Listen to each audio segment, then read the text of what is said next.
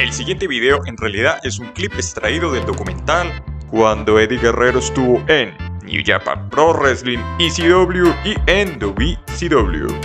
Si quieres más contexto, deberías ver el documental. ¿Dónde? Enlace abajo en el primer comentario fijado. También en la tarjeta de este video que verás a la derecha. Y, como no, en la pantalla final de este video. No siendo más, ¡arranquemos! Eddie Guerrero estuvo en ECW apenas 4 meses, iniciando su travesía en abril y terminándola en agosto. Esto pasó porque lo llamó Kevin Sullivan. ¿Lo recuerdan? Si le echan un ojo al documental anterior, te aparecerá él como uno de los luchadores con los que salía de fiesta Eddie Guerrero a los 16 años. Sí, las fiestas de Florida, exacto. Ya lo ubicaste. ¿Cómo les parece? Que él estaba muy impresionado por las luchas de Guerrero y Malenko. Él quería algo así en WCW, para traer algo nuevo a la compañía. Ah, pero es que no les he contado. ¿Sí supieron la última? Sullivan era programador en WCW. Los chismes vuelan, trabajes donde trabajes. Así que gracias a sus informativos compañeros de trabajo, Malenko, Benoit y Guerrero sabían que WCW estaban interesados en ficharlos. Una vez Sullivan se comunicó con Guerrero, los 3 amigos se sentaron a platicar. El trío llegó a la misma conclusión, de forma unánime. Era mala idea aceptar. Muchas personas les habían dicho que en WCW trataban como basura a los luchadores pequeños y que había mucha politiquería en el camerino. Una vez Sullivan volvió a insistirle, Guerrero le dijo que gracias, pero no. Qué lástima, pero adiós, me despido de ti y me voy. Guerrero le admitió que no confiaba en ellos. Sullivan le respondió que debería pensarlo mejor y ahí quedó la conversación. Luego de colgarle, Guerrero llamó a Benoit y a Malenko. ¿Cómo les parece que ambos habían hablado con WCW y ambos habían aceptado firmar con ellos? Mientras Guerrero maldecía, llegó a pensar que había cometido un error, puesto que, si tanto Malenko como Benoit habían cambiado de parecer, ¿quién era él para contradecirlos? Su familia estaba dividida. Por una parte, Mando era optimista al respecto, pero Chavo y Héctor no, puesto que ambos habían tenido malas experiencias con WCW. Entonces él acudió a la matrona de los guerreros, su madre, Erlinda Llanes, quien también lo aconsejó cuando él dio el salto de la EML a la AAA. Ella le dijo que nunca sabría si estaba bien o mal ese movimiento, si no iba y lo experimentaba por sí mismo. Además, agregó que a veces en la vida tienes que taparte la nariz y zambullirte en el agua. Ella lo conocía y para ella él era un guerrero. No sería fácil derribarlo. Para Guerrero eso era lo que necesitaba oír. En su cabeza lo peor que podía pasar era que fracasara y tuviera que volver a trabajar en Japón. Meditó todo lo positivo y lo negativo de la oferta y decidió que trabajaría en WCW. Llamó a Sullivan y en un tono de manso corderito le preguntó si aún estaban interesados en él. Alguna vez mi tío Gustavo me dijo que el único Dios verdadero era el dinero. Acá en Colombia existe la frase de que hay que rezarle a San Billete. Ese fue el santo que le apareció a Guerrero en ese momento. Al igual que cuando Homero decide volver a la planta nuclear por el nacimiento de Maggie, Eddie Guerrero firmó con WCW impulsado también por el nacimiento de su hija Sherilyn. Guerrero acababa de comprar una casa con 3 habitaciones en El Paso, Texas. Así que una vez WCW le ofreció la cantidad más grande de dinero que él había recibido. Hasta ese momento terminó de convencerse. Cuando Sherilyn nació, Guerrero estaba de gira con New Japan Pro Wrestling. Esa misma noche, luego de presentar las luchas, él y sus compañeros salieron a tomar. Pero debemos echar atrás y explicar algo. Cuando confirmó que en WCW estaban interesados en contratarlo, Guerrero habló con Heyman y le dijo que había declinado, a lo que Heyman le agradeció y le dijo que su futuro en la compañía era brillante. Pero, cuando cambió de opinión, volvió a llamar a Heyman y le comentó que al final no, que era un simulacro, que sí se iba para WCW. Guerrero le aclaró que no tenía nada que ver con él o ECW, que simplemente eran negocios. Según Guerrero, Heyman estuvo inusualmente callado y al final le dijo que estaba bien y que él comprendía. De ipso facto, Heyman programó una lucha titular ante Too Cool Scorpio para que Guerrero lo perdiera ante él. Después de eso, Heyman sugirió que Malenko y Guerrero se despidieran de la fanaticada de la ECW en una gira. Esta gira sería promocionada así y cerrarían en la ECW Arena en una lucha a 2 de 3 caídas. Pero Malenko y Guerrero le temían a algo, al cántico especial que se les reserva para los luchadores de ECW que se iban a WCW o WWF. You sold out. En nuestro amado español, te vendiste. Llegó el día, los aficionados respondieron de manera positiva al encuentro de despedida, aun cuando terminó en empate.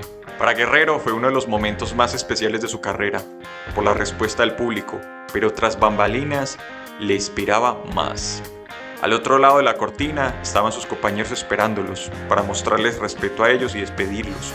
Una vez más, Guerrero llegó a dudar de la calidad de su encuentro de despedida, pensando que podía haber dado más.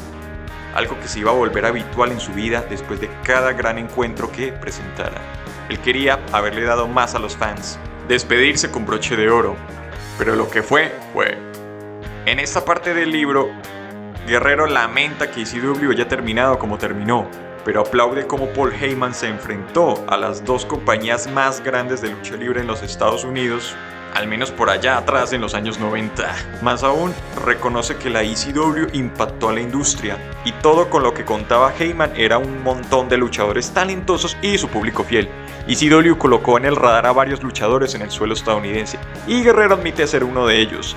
Aún en su actualidad, cuando escribía estas memorias, que aproximadamente podría ser en 2004 o 2005, él pensaba que sin la exposición que le dio ECW, no hubiera llegado a donde llegó en los Estados Unidos.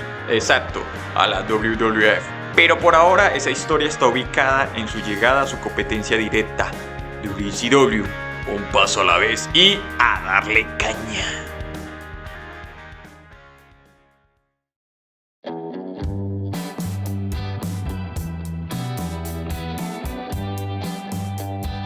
World Championship Wrestling, la competencia de la WWF. Según relata Eddie Guerrero, la primera visita que él hizo a WCW fue con Dean Malenko.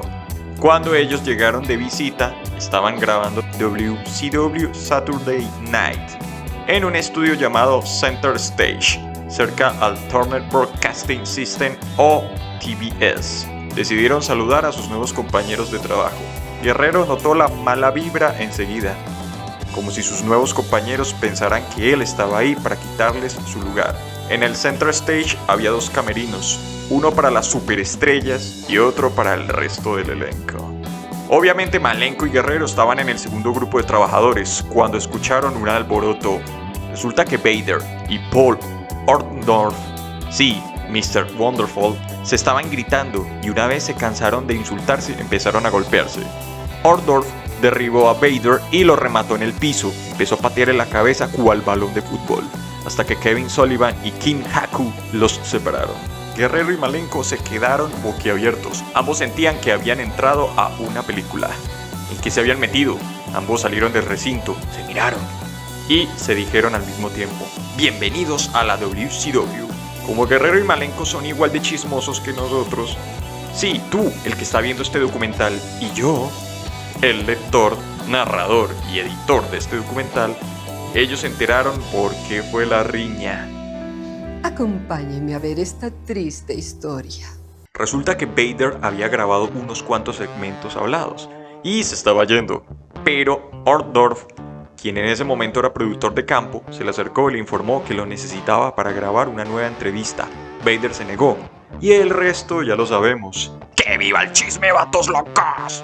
Bueno, WCW dejó ir a Vader. A la semana de estar trabajando allí, Eddie Guerrero fue citado a la oficina del vicepresidente senior de la World Championship Wrestling en Atlanta. El lugar, la Torre CNN. ¿De quién estoy hablando? De nadie más y nadie menos que Eric Bischoff. Según Guerrero, Bischoff fue muy amable y directo. Le explicó por qué necesitaba a luchadores como él, Benoit o Malenko. Quería competir contra Vince McMahon y su World Wrestling Federation. Desde ahora, WWF. Iba a declararles la guerra los lunes por la noche con el propio programa semanal de WCW. WCW Monday Night Raw. En palabras de Bischoff, los tres amigos iban a ser los autos que se chocan en medio de la película. Además, agregó que él tenía las pistolas, pero no las balas. Sus nuevos fichajes iban a ser las balas. Para Guerrero eso fue muy claro. Los protagonistas iban a seguir siendo los Hulk Hogan de turno. Solo faltaba algo más de acción para rellenar la franja horaria. Guerrero no tuvo problema con ese concepto. A él le quedó la impresión de que Bischoff de verdad quería innovar en la industria. Con la llegada de Benoit, Malenko y Guerrero iba a llegar algo nuevo y emocionante los lunes por la noche. La primera lucha de Guerrero en Nitro sería contra Dean Malenko. Acá pasaron varias cosas. Por un lado les dieron poco tiempo, pero para ellos fue lo suficiente para dejar antojada a la multitud. Por otro lado, según Guerrero, el equipo creativo de WCW no tenía idea de qué hacer con él. Pero lo que lo ofendió fue que su música de entrada era una canción con trompetas mexicanas. Esto lo cabreó al instante. Una vez terminado el encuentro, se fue directo al equipo técnico y exigió que se la cambiaran. Countdown to Fall Brawl. Eddie Guerrero.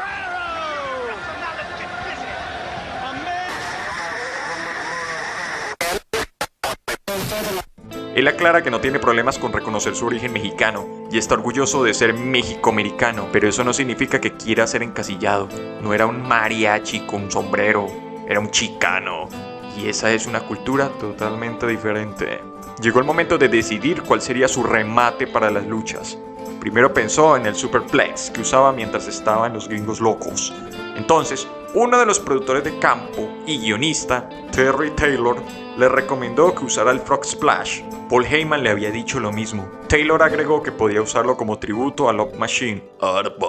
Y desde ese momento, hasta su muerte, ese fue el remate de Eddie Guerrero. Como era nuevo en la compañía, no le dieron una historia para desarrollar en el semanal para la televisión. Cada episodio solo luchaban encuentros de 5 minutos con Malenko o Benoit. Cuando no lo asignaban a luchar con ellos, se medía ante los del cartel bajo: Jerry, J.L. Lynn, Scott Armstrong, Big Bubba, Joey Max y Sargento Craig Pittman, que rima con Pillman, quien aquí Guerrero menciona.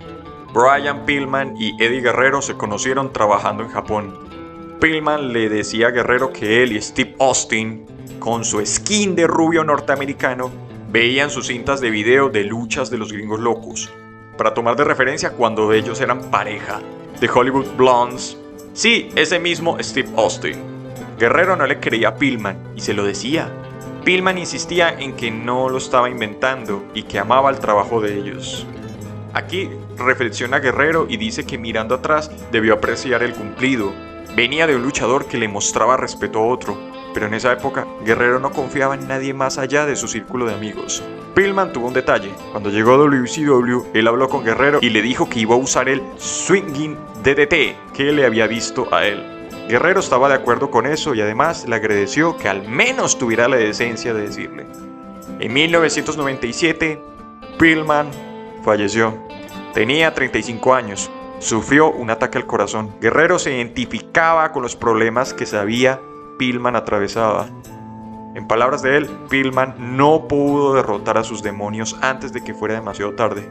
Más tarde, finalmente le llegó el día de su suerte a Eddie G. Tuvo mano a mano contra una de las superestrellas, Ric Flair. Alguna vez Flair trabajó para Gory Guerrero.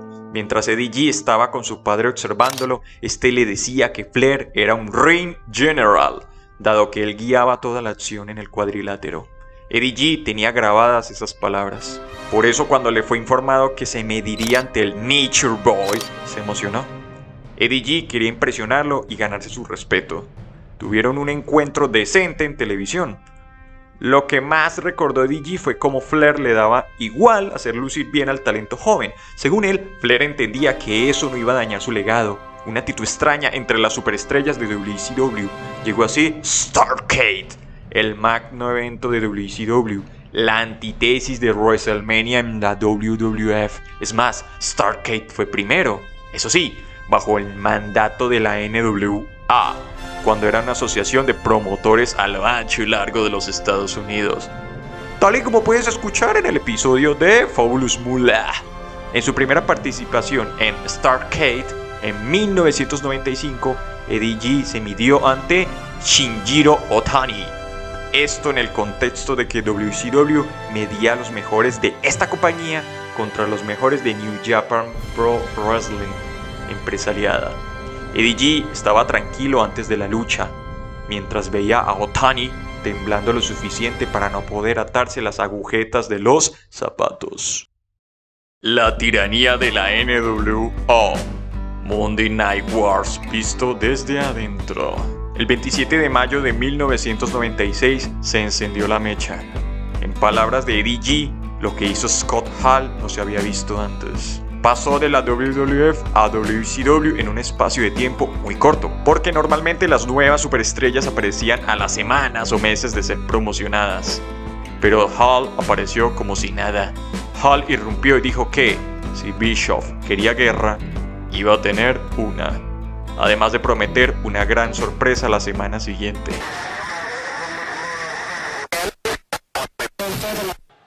You wanna go to war? You want a war? You got one.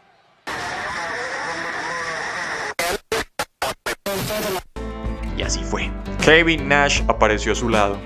Las dos caras conocidas de la WWF empezaron a interrumpir semana a semana en las luchas. Vio ahí Hulk Hogan la oportunidad cuando se dio cuenta de que los foráneos estaban gustándole al público. Entonces, en Bash on the Beach, cambió a Rudo, el favorito de los niños ochenteros y algunos noventeros. Por fin dejó los caminos del héroe para convertirse en el villano de esta historia, tanto enfrente como detrás de cámaras. Pero esa es historia para otro episodio. Para más contexto, sería como si John Cena, entre 2005 o 2016, hubiera cambiado su personaje de chico bueno a tramposo. Un impacto cultural a ese nivel. Bueno, Hogan lo hizo en 1996. Nacería así la New World Order, NWO, con Hollywood, Hulk Hogan, Kevin Nash y Scott Hall. Para Eddie G, ese fue el arco que catapultó a la WCW y desde ahí empezó a dominar los ratings televisivos en los Estados Unidos. Exacto, damas, caballeros y no binarios, las Monday Night Wars, la guerra de los lunes por la noche entre WWF y WCW, por captar televidentes. Hall había cumplido su promesa. Eso es lo que siempre nos cuentan. Pero es hora de conocer el detrás de cámaras gracias a Eddie G. Según él, esa historia de cómo NWO se estaba apoderando de WCW era real. De verdad, ellos tomaron el timón del barco. El vestuario de WCW pasó de ser contenido a un nido de víboras. Dado que WCW pagó bastante por ellos, tanto Hulk H, Scott H y Kevin N se sentían las megaestrellas de WCW y que el éxito de la compañía se debía exclusivamente a la presencia de ellos. Nash era el líder del grupo. Eddie G nunca tuvo problemas con Scott Hall, esto debido a que Hall sabía decirte lo que querías oír, así no lo sintiera. En palabras de Eddie G, al menos él sabía luchar, caso contrario de Kevin N, a quien Eddie G tachaba de arrogante y no entendía por qué, dado su pobre desempeño en el cuadrilátero. Para él, era una de las personas más engreídas que había tenido la desgracia de conocer. Según él, Nash ni te determinaba a menos de que pudiera sacarte provecho de alguna manera. Para Eddie G, Kevin N era de verdad egoísta, dado que nunca había hecho nada por el negocio de la lucha libre. Siempre debía estar por encima de todo. Kevin N se convirtió en un hombre rico gracias a la industria de la lucha libre, aun cuando según Eddie G, él frustraba a las personas que de verdad les importaba la lucha libre. Desde que llegó a WCW, Nash y sus amigotes le decían a Eddie G y a sus amigos que eran unos vanilla midgets, término despectivo que significa enano aburrido que aun cuando sea bueno luchando no merece la oportunidad de ser estelar, es decir, protagonizar una historia que cierre en un magno evento o ganar un campeonato mundial. A Eddie G lo ofendía bastante esto, porque para él los luchadores como Rey Mysterio, Chris Benoit, Dean Malenko o él mismo impulsaban el éxito de WCW. Eric Bischoff hacía caso omiso de este tipo de situaciones porque NWO se volvió un fenómeno de masas cada vez más y más grande en los Estados Unidos. Al menos por televisión, NWO era la sensación del bloque. Eric Bischoff estaba bajo mucha presión por parte de la cúpula directiva de WCW, y no era personal, eran negocios. Así que si NWO era lo que quería el pueblo, eso les iba a dar. Además, Eric B siempre fue claro desde el inicio: los luchadores peso crucero iban a ser los autos que chocaban en las películas de acción. Los protagonistas serían otros, los de siempre. Pero Eddie G empezó a sentirse como carne de cañón. Para él no valía la pena, porque cuando hablaba con Eric B sentía que le respondía desde la manipulación y todas las cucarachas que le metían en la cabeza Kevin Ann y amigos. Ganando la guerra de los ratings televisivos lunes a lunes, Eric B pensaba que derrotaría a Vince McMahon y su WWF. Para Eddie G, Eric B fue víctima de su ambición. Quería tanto enterrar a Vince McMahon que se alió con sus ex empleados y les dio todo el control creativo sobre WCW. Es decir, todo lo que pasaba episodio a episodio debía ser aprobado por Kevin Ann y Hulk Hogan. Los cambios eran tan constantes que hasta se daban minutos antes de que Nitro saliera al aire. Siempre alguno de ellos decía que no iba a hacer algo que los hiciera ver mal o hacer lucir a sus rivales. Así que literal, el elenco entero de WCW tenía que esperar a que el trío maravilla de la NWO decidiera qué iba a pasar en el episodio de esa noche. Para Eddie G faltaba alguien que se les parara y les dijera que tenía que hacer lo mejor para el capítulo, no para ellos. Porque a fin de cuentas a la NWO solo les importaba ser el número uno, no que era correcto o no para el producto en general que se presentaba en televisión. Pero como la gente lo seguía sintonizando noche tras noche, Eric B seguía aceptando una a una las condiciones de Kevin Ann, Hollywood Hulk H y Scott H. De regreso a la tiranía de la NWO. De regreso a los Estados Unidos, NWO tenía el control absoluto de la WCW. Según Eddie G, para él era bastante claro que jamás iba a ascender, porque todo lo que no estuviera envuelto en la trama principal, que siempre tenía que ver con la NWO, era relleno. El resto de los personajes de la serie televisiva eran vistos como una forma de matar el tiempo entre segmentos de la NWO. Entonces llegó el torneo por el campeonato de los Estados Unidos en Starrcade. Eddie G avanzó derrotando a Conan y a Benoit, para así llegar a la final contra Diamond Dallas Page, DDP. Sí, al que Randy Orton le pidió su remate y lo tomó como suyo, RKO. En el caso de DDP era el Diamond Cutter. Esa lucha sería el punto de no retorno en la carrera de Eddie G, pero para mal.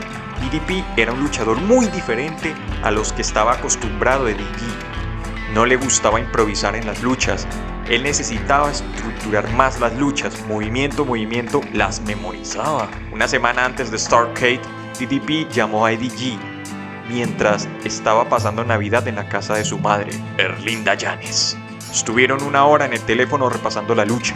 Al final, DDP le dijo: Scott Hall y Kevin Nash van a ir al cuadrilátero. Hall te va a sacar del cuadrilátero. Entonces Kevin Ann va a ir a por mí y me van a rematar. Entonces tú regresas, me rematas con Frog Splash, me haces la cuenta de 3 y ganas el campeonato. Eddie G enmudeció. Él sabía que esto no era bueno, menos siendo él un consentido, el bueno de la historia. Ganar así el campeonato de los Estados Unidos lo iba a hacer ver como un oportunista, lo cual no tiene sentido si eres el técnico en cuestión. Para esa gracia mejor girará rudo. Pero eso no pasó y el público abucheó a Eddie G cuando la lucha terminó. Todo lo que llevaba trabajando desde un año atrás se venía abajo. Eso pasa cuando el que te presentan como el bueno de la historia hace trampa. La fanaticada castiga la incoherencia. DDP ganó $1 millón por esa lucha. Aunque Eddie G no especifica cuánto ganó, dice que aquí fue cuando se dio cuenta que en WCW no les importaba a él. Porque lo que le pasó a él no era parte de la trama. Era una transición más entre la gran historia entre DDP y la NWO. Para agregar más insulto a la herida, un miembro de la NWO, Seeds, mejor conocido por los fans de WWE como X-Pac, se robó la correa que Eddie G recién había ganado. La rivalidad duró bastante poco, porque en el siguiente Pague por Ver, NWO Sold Out, tuvieron una lucha por escaleras con el campeonato de los Estados Unidos colgando. Aquí Eddie G admite que la lucha apestó, Además, él comenta que el truco con las luchas de escaleras o cualquier lucha violenta o temática es que solo sabrás qué hacer si las experimentas, así que las primeras no serán la gran cosa. Para él, las de escalera son las más brutales, porque no hay forma de trabajarlas, hay que chingarse. No existe forma de que te duela menos un golpe con una escalera de acero o caerte encima de ella. Ni X-Pac ni Eddie G habían luchado antes con escaleras. Ninguno tenía idea de qué hacer, ni siquiera tuvieron la oportunidad de llegar a un acuerdo de qué hacer en la lucha. Una vez subidos en el cuadrilátero sabían que estaban en un aprieto. Aquí Eddie G dice que hicieron su mejor esfuerzo, pero fue una de esas noches donde no salen las cosas. Por primera vez en su vida odió ir al trabajo. Las políticas tras bambalinas le quitaron lo divertido a lo que él amaba hacer. Así que vuelve y juega, volvió a chupar cerveza como si no hubiera un mañana. Y se enfiestó a lo bestia, a lo bravo, como si fuera cálido es. Según él, así aprendió a lidiar con la frustrante situación de la compañía. Eso sí, admite que eso fue una excusa, porque no puede echarle toda la culpa a la situación de las decisiones que él tomó, además de las chelas. Aunque ese era el estilo de vida del elenco de WCW. De acuerdo a Eddie G, la cultura ahí era que así se lidiaba con todas las cargas que ellos afrontaban. La fiesta brava, como dirían en Cali, mira, veo, vamos por champús. Pero esto fue un clavo más en el ataúd de WCW. Un ejemplo de ello es que algunos de los luchadores salían de fiesta directo a luchar. Entonces, como es de esperar, llegaban al cuadrilátero con los sentidos alterados. Eddie G dice que ese no fue su caso, que él siempre fue un profesional. Eso sí, una vez salían del rodaje, él se unía a la fiesta. A la fiesta que no le gustaba unirse era la de la paranoia en WCW. Resulta que por los pasillos de la empresa las personas tenían miedo hasta de lo que decían, por temor a perder su empleo, dado que si decían algo que no les gustaba a la NWO, estarían de patitas en la calle. Eddie G se fue a platicar con Kevin Nash y le dijo que lo mejor para él sería que lo programaran para cambiar del bando de los chicos buenos al bando rudazo. A lo que le respondió que no era el momento, que cuando él sintiera que era justo y necesario, lo haría. Eddie G se deprimió aún más. ¿Por qué el bueno de la historia le daban indicaciones de que hiciera trampa? ¡No tenía sentido! En Uncensored, el pay-per-view de WCW de marzo, Eddie G defendió su campeonato de los Estados Unidos ante Dean Ambrose. Aquí se lesionó, además de perder el cinturón. Eddie G sabía que se había lesionado, así que fue con un entrenador y este le dijo que no tenía nada. Pero Eddie G sabía que sí tenía algo, dado que notaba que algo en su pecho estaba mal. Tenía desgarrado el pectoral. Eddie G fue a su médico y este le dijo que si seguía luchando se desgarraría aún más. La buena noticia, tenía arreglo. La mala noticia, debía estar fuera de acción un tiempo. Eddie G acá reflexiona que estar lesionado es la única manera de tener vacaciones en el rocambolesco mundo de la lucha libre. Así que aprovechó para mudarse del Paso, Texas, a Tampa, Florida, cerca de donde estaba el centro de operaciones de WCW. Compartió así con su familia, Vicky, Scholl y Sherilyn, con quienes no pasaba tiempo por estar de ciudad en ciudad de gira entreteniendo a los demás a costa de su salud. Pero sin poder hacer ejercicio ni entrenar, Eddie G perdía la cabeza. Así que decidió pescar y eso calmó su ansiedad. Esto por 3 meses que duró reposando. Según él, el tiempo más largo en que no había luchado en toda su carrera profesional. Llegaría así el 9 de junio de 1997. Dean Ambrose estaba en medio de su combate contra Jeff Jarrett cuando... ¡Superplex! ¡Oh, esperen! ¿Quién es ese? Es Eddie G. Se sube al esquinero y se proyecta en Front Splash, conectando sobre Dean Ambrose. Está servido. Candado a la pierna en forma de 4 por parte de JJ. Dean Ambrose se rinde. JJ es el nuevo campeón de los Estados Unidos. Y así Eddie G cambiaba al bando rudo. Después de 2 años en WCW, Eddie G sentía la arena vibrar por su culpa. Para un rudo que la arena te abuchee es la reacción correcta. Como para un técnico, los aplausos. Su primer mano a mano, Rey Mysterio vs Eddie Guerrero. Según Eddie G, su primer mano a mano contra Rey Mysterio fue en WCW, el 8 de agosto de 1997, aun cuando se conocieron luchando en Tijuana, años atrás. En palabras de Eddie G, Ray M era único. Aun cuando otros luchadores podían hacer vuelos espectaculares, ninguno tenía lo que Ray M tenía. Decía que al mirar a Ray M simplemente sonreía, no solo en el cuadrilátero, sino también fuera de él.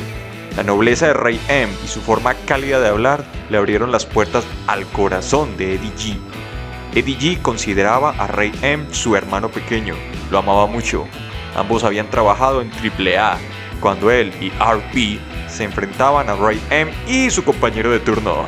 Así que, increíble como suene, nunca se habían enfrentado uno versus uno sin camisa.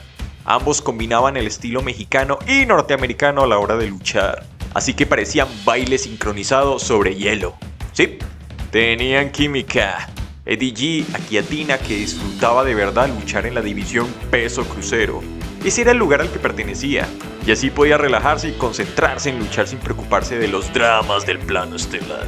Nació así una ambición. Eddie G quería el campeonato peso crucero de WCW. Con eso en mente, presionó por una rivalidad con el entonces campeón peso crucero de la WCW, Chris Jericho. Se vieron las caras en el pay-per-view de septiembre, Fall Brawl. Ambos pupilos de la escuela de la lucha libre mexicana y la lucha libre estadounidense, que daba como resultado vuelos de vistosidad y la psicología norteamericana. Ambos decidieron que para Fall Brawl entregarían una lucha que se cocinaría a fuego lento, no un spot fest, que en palabras vulgares sería un montón de vuelos, porque sí. Lucharon, obvio, sin dejar de lado espectaculares vuelos o movidas arriesgadas, pero entregando más que eso. Eddie G revirtió un superplex de Chris J y lo remató con su Frog Splash. 1, 2, 3. Eddie G se coronó campeón peso crucero de WCW. Él reflexiona que la división peso crucero de WCW tenía muchísimo potencial, convertirse en algo de verdad innovador, al combinar la lucha libre mexicana y el estilo norteamericano de luchar, para así entregar al público casual algo diferente a lo que estaban acostumbrados. Pero Eric B y sus compadres sentían que por la estatura no merecían salir de la parte media del cartel. Aquí Eddie G dice que no sabía si era desprecio o miedo. Ahora que portaba la correa, Eddie G giró su cabeza hacia el obvio contendiente número 1, Ray M. La rivalidad se vendió de esta manera. Eddie G empezó a interrumpir en las luchas de Ray M, en algún punto enmascarado bajo el nombre de El Caliente. Pero el público no era pendejo. Se dieron cuenta y empezaron a gritar Eddie Sucks. Cuando los agentes le informaron a Ray M y Eddie G cómo iba a continuar el ángulo esa noche, les comentaron que Eddie G debía quitarle la máscara a Ray M. Ellos argumentaron que eso era un tema delicado. La máscara del luchador encima mostrar su rostro. Entonces sugirieron que al menos hubiera una justificación especial para revelar su rostro por unos segundos. Los agentes los escucharon. Les dijeron que apreciaban su punto de vista, pero que debían hacer lo que ellos les decían. A Eric B no se le salía de la cabeza la idea de desenmascarar a Ray M, así que los programó en una lucha de apuestas, campeonato versus máscara, en Halloween Havoc. A Ray M no le gustaba la idea. Perder la máscara para un luchador mexicano es equivalente a perder su identidad y acabar ahí la historia de su personaje. Recordemos que Rey Mysterio en realidad es Rey Mysterio Jr., su tío es el Rey Mysterio. Pero en WWE a Vince McMahon no le gustan los nombres de descendencia, tipo hijo de o Junior. Por eso nunca se le menciona como Rey Mysterio Jr. en WWE. Igual que a Vince M, a Eric B le daba igual el legado cultural de la máscara en México. Así que entre Eddie G y Ray M estuvieron noche tras noche intentando convencer a Eric B de que esa decisión iba a ser nociva para Ray M. Finalmente Eric B cedió. Entonces Terry T, sí, el productor de campo y guionista que le propuso el Frog Splash como remate, llamó a Eddie G y ambos hablaron en una esquina. Le dijo que había cambio de planes, que Eddie G iba a perder el encuentro y que iba a ser la primera lucha de la noche. Los teloneros. Eddie G se cabrió al instante. Decidió que saldría al cuadrilátero a dar el encuentro de su vida. Iba a demostrarles que los peso crucero no eran simple relleno. MGM Grand en Las Vegas, Nevada. 12,000 almas congregadas alrededor del cuadrado de las 12 cuerdas. Eddie G sale y el público lo inunda en abucheos. Según Eddie G, Desde el primer momento sintió que el encontronazo iba a ser genial. El timing o el saber qué hacer en cada momento, la psicología y, cómo no, el público que ayudaba a armar esa atmósfera de epicidad. Ambos decidieron que iban a innovar con nuevos movimientos que no habían usado antes. Fluyeron. Es más, Eddie G recuerda con especial cariño el backflip DDT con ayuda de las cuerdas de Roy Am. Para él resultó ser uno de los encuentros más memorables que entregó. Aún siendo crítico con sus clásicos instantáneos, él admite que este fue genial. Ray M y él regresaron tras la cortina, donde estaban sus compañeros. Sus amigos más cercanos los felicitaron, pero el resto estuvo bastante callado. Eddie G sonrió. Para él, eso confirmaba que nada decía más éxito que los supuestos mejores que tú se nieguen a reconocértelo. El éxito televisivo de WCW no era solamente por NWO. Un luchador estaba viviendo un fenomenal ascenso. Bill Goldberg. De vuelta a la realidad, el sabotaje a Goldberg. Eddie G lo describe así. Goldberg salió del Power Plant, las instalaciones de entrenamiento de WCW. Él arrancó con la actitud correcta hacia el negocio, muy humilde, muy respetuoso y agradecido por la oportunidad de ser luchador profesional. Bill G se convirtió en una mega estrella a los pocos meses de debutar. La gente respondió a su personaje de monstruo imparable que acababa luchas en segundos. Esto sumado a la racha invicta de él, que le fascinó al público. Lastimosamente, entre más éxito cosechaba, la gente errónea se acercaba y él los escuchaba. La persona detrás del personaje de Bill G empezó a creer que él era ese fenómeno que cautivaba a las masas con su fuerza, no un personaje para la televisión. Aquí es donde Eddie G es mordaz y dice que Bill G olvidó a los más de 100 luchadores que trabajaron para crear su racha invicta. Ellos ayudaron a crear la mística de la racha invicta, lo cual lo convirtió en un taquillero. Goldberg era más noble que una lechuga, pero no supo manejar su rápido éxito. En vez de mostrarse agradecido acerca de lo afortunado que había sido, él empezó a actuar como si le estuviera haciendo un gran favor al negocio. Eddie G opina que nadie en el negocio de la lucha libre debe actuar como si la industria le debiera algo. Hay que ser humilde y recordar a todas las personas que han abierto puertas para los luchadores futuros. Él toma de ejemplo a The Rock. Para Eddie G, la superestrella más grande que ha parido la lucha libre. Y esto porque él entiende todas las responsabilidades que conlleva el lugar privilegiado que tuvo. Porque es tu deber si creciste gracias a la industria de la lucha libre, rodeado de buenos maestros y buenos ejemplos a seguir. Eres tú el que le debe a la lucha libre. Volviendo a Goldberg, Eddie G insiste en que no es culpa suya, ya que encontró la fama rodeado de un pozo de serpientes llamado WCW. Y como dice un refrán acá en Colombia, el que entre la miel anda, algo se le pega.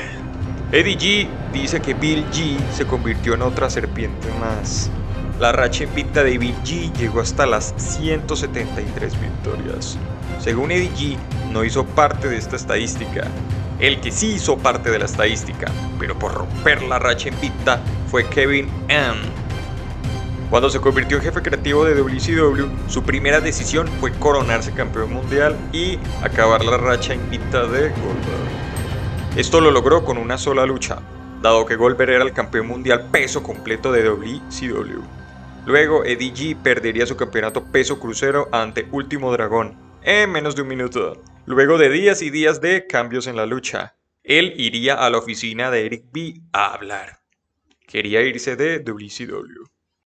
Eddie G pide su liberación de WCW. No creerás lo que pasó. Una vez en la oficina de Eric B, Eddie G le dijo que sentía que a los fanáticos él les gustaba mucho, pero que con sus pésimas decisiones estaban bajándoles las expectativas. Eddie G agregó que estaba infeliz ahí y que le gustaría que lo dejaran ir.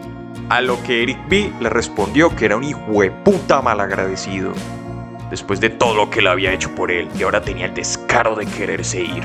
Eric B le dijo que se olvidara de eso, que no lo iba a dejar ir. Es más, que si intentaba irse a otra compañía, lo iba a demandar y le iba a quitar todo. Eddie G, con la cabeza caliente, le espetó que lo hiciera. Eric B se emputó tanto que temblaba de ira y cuando fue por su taza de café la rompió y algo de café cayó en el pantalón de Eddie G. Eddie G estaba esperando que empezaran a darse los puños. Fue un minuto tenso en la oficina. Eddie G estaba mentalizado que iba a noquear a Eric B si este intentaba algo. Obviamente Eric B era consciente de ello, así que salió de la oficina echando madrazos, cerrando de un portazo la puerta. El rumor de pasillo en esos días era que Eric B le había tirado café a Eddie G. Después Eric B y Eddie G se sentaron a platicar, ya cuando se había enfriado la situación.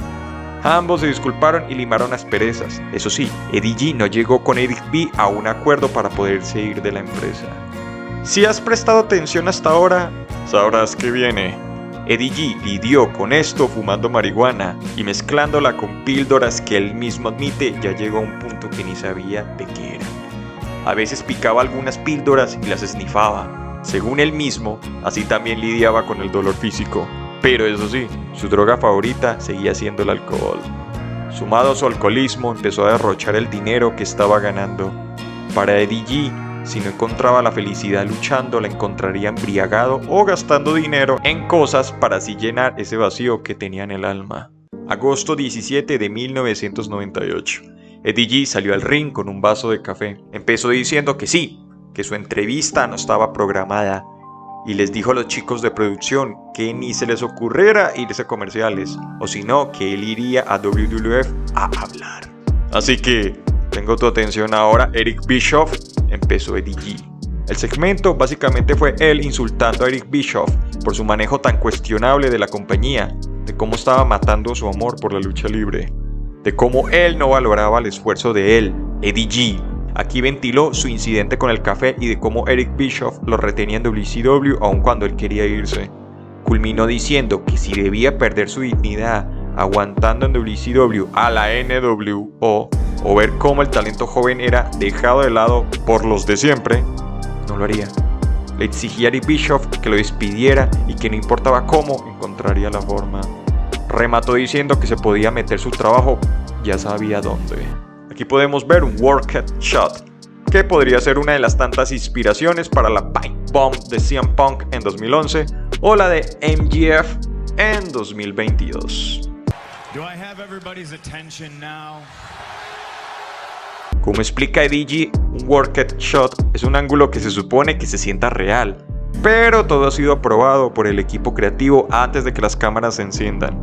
Para Eddie G fue una catarsis, pero aún así no podía decir todo lo que de verdad sentía, empezando porque el departamento de normas y prácticas de Turner Broadcasting le prohibía las groserías.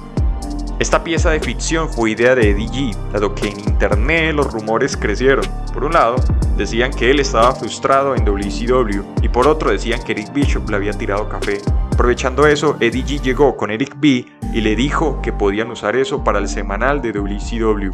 A Eric B le gustó la idea, como en el futuro le gustaría a Vince McMahon y a Tony Khan. Al que no le gustó, pero el resultado, fue a Eddie G. Como estaba nervioso y se ciñó al guión de lo que él debía decir, no lo sintió real. Para él, le faltaron cojones. A la historia le darían continuidad en el programa de televisión con el nacimiento de la LWO, Latino World Order. Mismo concepto de la NWO, pero con todo el elenco mexicano de WCW. La LWO tendrá su propio documental en el futuro, así que por ahora la omitiremos. Mismo caso de Chavo Guerrero Jr. Llegó así la fiesta de Año Nuevo. Eddie G discutía cada vez más con Vicky Guerrero por el alcoholismo de Eddie G. Cada día era peor. Discutieron al término de la fiesta de Año Nuevo. Ella se fue a la cama, él tenía un antojo de huevos, así que salió en su automóvil, compró 12 cervezas y unos huevos. Estaba alcoholizado y deprimido, había mezclado otras sustancias, pero no podía sacar algo de su cabeza. Estaba cansado de la vida. Había intentado llenar el vacío en su corazón con lucha libre, también con alcohol o con drogas. Era miserable en la empresa en la que trabajaba, aun cuando ganaba buen dinero. ¿Para esto había trabajado todo este tiempo? ¿Esto haría el resto de su vida? ¿Ser el relleno cada lunes en WCW Nitro? ¿Pelear todas las noches con Vicky G?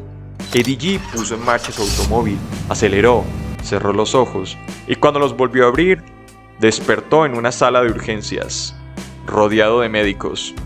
Tuviste un accidente automovilístico, le dijeron. que su pierna estaba en muy mal estado, así que debían operarlo de inmediato. Se desmayó luego de ver su pierna. Cuando volvió a despertar lo interrogaron. ¿Qué había tomado? Alcohol, les dijo. Le respondieron que era más que eso, lo presionaron y él lo reveló. Renotrient, un GHB también conocido como éxtasis líquido, que, palabras más, palabras menos, es un potente depresor del sistema nervioso central que inicialmente puede producir sensación de bienestar y euforia. Le pidieron el número de teléfono de alguien de su familia y Eddie G les dio un número antes de volverse a desmayar. Cuando despertó vio a su hija mayor Shawl con lágrimas en su rostro. En ese momento él supo que estaba grave. No dejaban entrar niños a la unidad de cuidados intensivos a menos de que pensaran que el paciente no iba a sobrevivir. Cuando estuvo estable, los policías le explicaron lo que había pasado. Se durmió al volante, mientras su automóvil iba a 130 millas por hora, aproximadamente 200 kilómetros por hora. En una curva del camino, el automóvil siguió derecho y cayó sobre una zona llena de árboles. El automóvil se volcó varias veces, pero Eddie Guerrero salió disparado. De haber estado en el automóvil mientras se volcaba, no estaría escuchando la historia. Los policías llegaron al lugar y lo vieron ahí tirado. Pensaron que estaba muerto. Pero lo mismo no pensó una señora que se ofreció de voluntaria para ayudar. Ella vio cómo él se movía. Pidieron un helicóptero y se llevaron el cuerpo del latino Hit. Así llegó al hospital, con la clavícula fracturada y algunos discos comprimidos en la columna. Tenía rasguños severos en todo el cuerpo debido a la grava y los vidrios rotos. Vicky Guerrero todavía le sacaba pequeños pedazos de vidrio de la espalda un mes después.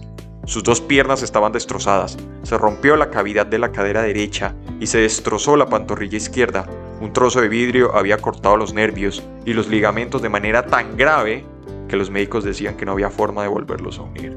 Además, hígado lacerado. Después de que le realizaron una cirugía reconstructiva de pantorrilla y el muslo, el médico le preguntó a Vicky G qué hacía él para ganarse la vida. Luchador profesional, respondió ella. Ah, él no volverá a luchar, respondió él, y además agregó, tendrá que buscar otro oficio, es decir, si lo logra. Y sí lo logró. El hígado de Eddie G mostró signos de que estaba sanando bien. Según los médicos, la condición física era un factor muy importante a la hora de ir sanando. Una persona normal de 36 años, sin el nivel de actividad física de Eddie G, hubiera quedado en silla de ruedas. Mientras estuvo en el hospital, recibía morfina todos los días, pero una vez le dieron de alta, tuvo que lidiar con el dolor con los painkillers, o en nuestro amado español, calmantes para el dolor. Él explica que era la única forma de lidiar con el dolor, dado que el mes del accidente empezó la fisioterapia. Volvió a caminar. Eddie G empezó a pensar que debía cambiar, pero se quedó en eso, un pensamiento. No fue a terapia o a rehabilitación. Regresó a WCW.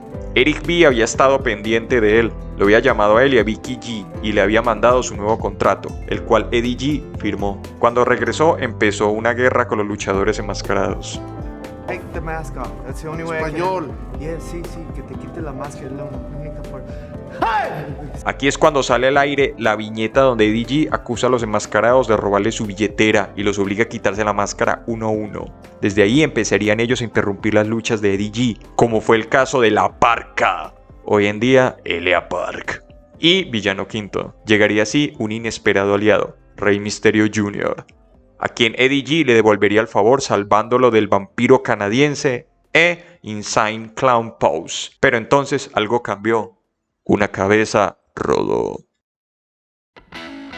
Entonces llegaron Vince Russo y Ed Ferrara a WCW. Las cosas no iban bien en la compañía. La cúpula directiva de WCW quería resultados y Eric B no los estaba dando. Así que desde Turner Broadcasting despidieron a Eric B para así contratar a dos ex escritores de WWF. Vince Russo y Ed Ferrara, dos personas con las que Vince McMahon había escrito la Attitude Era, fueron contratados por el nuevo jefe de Eddie G, el vicepresidente ejecutivo de Turner, Bill Bush. La noticia llenó de esperanza al elenco de WCW, en especial a Eddie G. El día que ellos llegaron empezaron a hablar uno por uno con los luchadores y a contarles sus planes para ellos. A Eddie G le dijeron que sentían que el mayor error de WCW era no aprovechar a tipos como Chris B, Dean Amp y a Eddie G. Floreció la esperanza en su pecho. Ed F. le enseñó el arte de dar entrevistas, detalles como no mirar la cámara, engañar a la cámara y, como no, a de verdad hablar con quien se supone estaba hablando. Llegó así la facción Filthy Animals, compuesta por Eddie G, Conan, Ray M y Billy Kidman, el DX de WCW. Estaban en un punto intermedio, ni técnicos o rudos, simplemente eran unos perros sin correa persiguiendo automóviles. Aquí fue cuando pasó su primera sobredosis. Una noche abusó del Renutrient y terminó intubado en un hospital con Vicky G a su lado. El médico le dijo que necesitaba 2 semanas de reposo, pero ese mismo día, en la noche, volvió a luchar. No quería arriesgarse a perder su empleo. Hablando de WCW, Vince R y Ed F pensaban que el problema con los semanales de WCW era que les faltaban más viñetas de comedia pendeja. Nitro se convirtió en un chiste. No era ni la sombra de lo que era en los últimos días de Eric B. Vince R y Ed F pensaban que la gente quería rivalidades cómicas e historias disparatadas sin gracia. Eso no era todo. Según ellos, la lucha que más querían ver los fanáticos era en donde algo colgaba. Sí, las pole match. Un ejemplo que le pasó a Eddie G fue una lucha donde Torrie Wilson colgaba de una jaula para tiburones. Para Eddie G quedó claro que las cosas no pintaban bien y sentía que su carrera se iba por el retrete.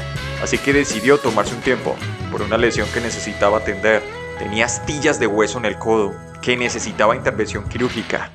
Su brazo estaba tan inflamado que preocuparse era apenas lo más lógico. Como su preocupación iba más allá, fue con un especialista para dejar su adicción a las pastillas para el dolor.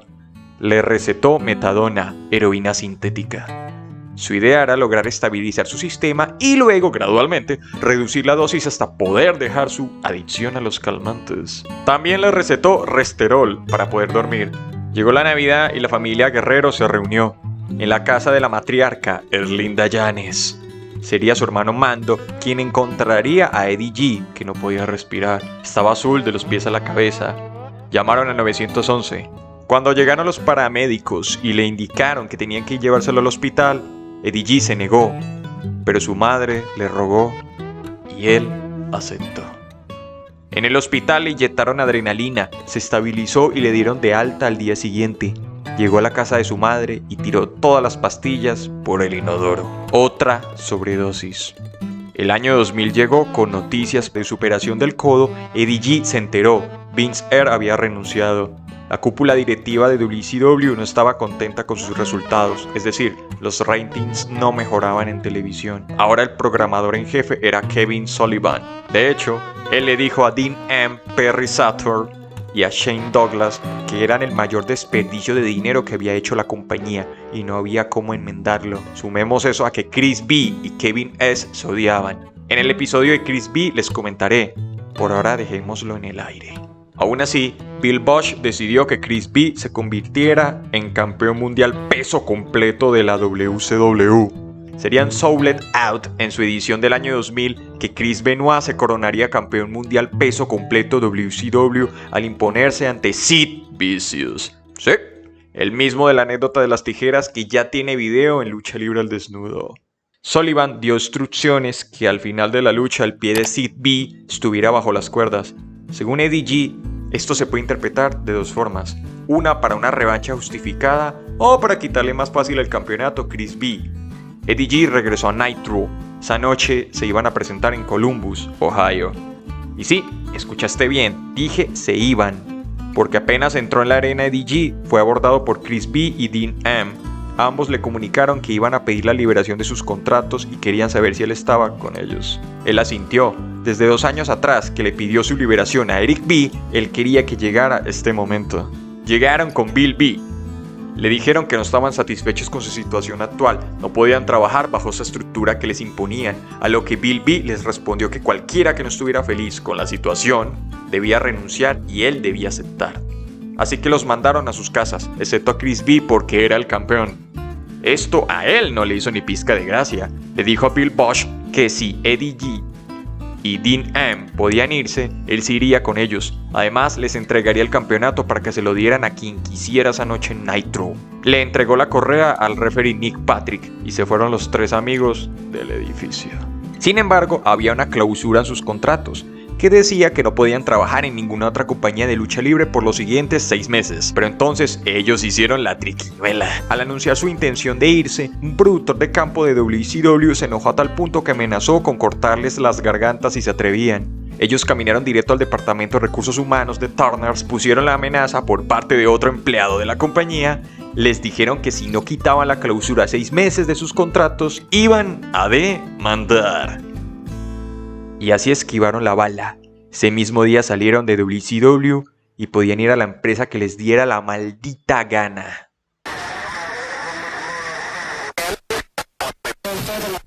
No olvidé decirte.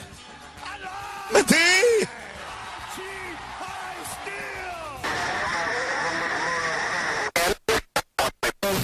Al día siguiente, Eddie G estaba jugando golf cuando Dean M lo llamó. Al otro lado de la línea, él le dijo que tenían que viajar al norte, porque se iban a reunir con nadie más y nadie menos que Vince McMahon, el propietario de la World Wrestling Federation. Así es como cierra la parte 2 de este repaso por la carrera de Eddie G. Siguiente parada, Eddie G en WWE. Esta historia continuará.